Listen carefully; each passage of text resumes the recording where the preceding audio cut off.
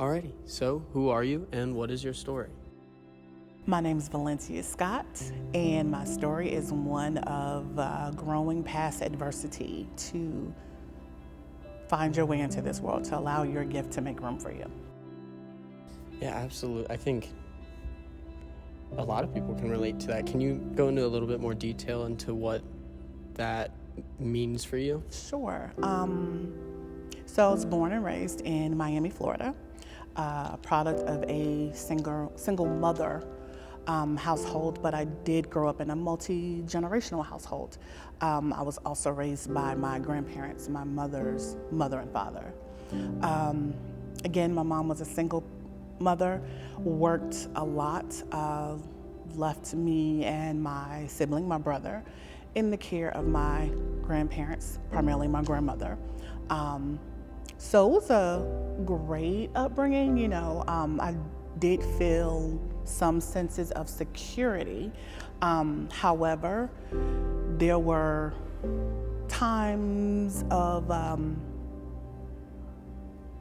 not being secure, not being assured, and I do think children and adolescents need that as they grow. It helps them identify with whom they are and what their place will be in the world. Yeah, absolutely. I think your parents have, if not the biggest role, the second, but they have the biggest role in who you become, and your upbringing has the biggest role in who you become as you get older.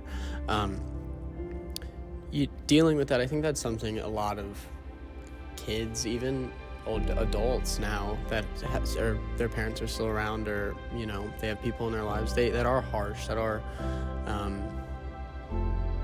for lack of a better term, bullies, and subconsciously, without having any idea. I think that's a struggle that a lot of people go through.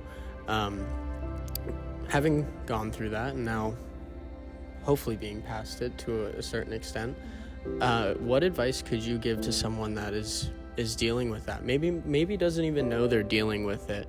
What's a piece of advice you could give to that person? Don't believe the bullies.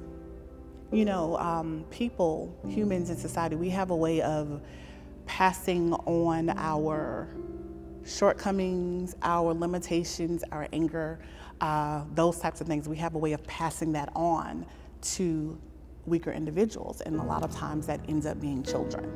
In 2018, my grandmother, my loved grandmother, who was one of my bullies growing up, passed away. Prior 2.5 years prior to her passing, she started to develop peculiar behavior.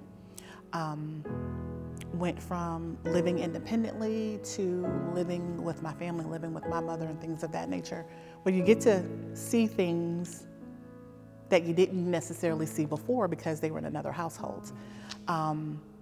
So peculiar behaviors started, just changes.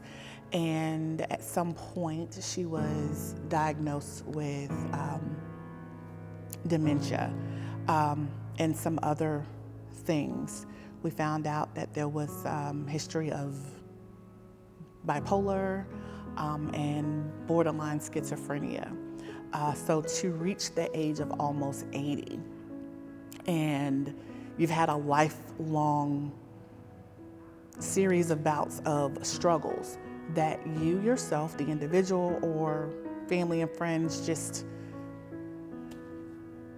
contributed to you being your personality, you being mean or funny acting or moody, and to now know that this person had been dealing with these unidentified issues pretty much the majority of their lives. And then it gives you clarity, the bullied, about, wow, it was nothing that I did to agitate this person. It was nothing that I did to make this person treat me the way that they did.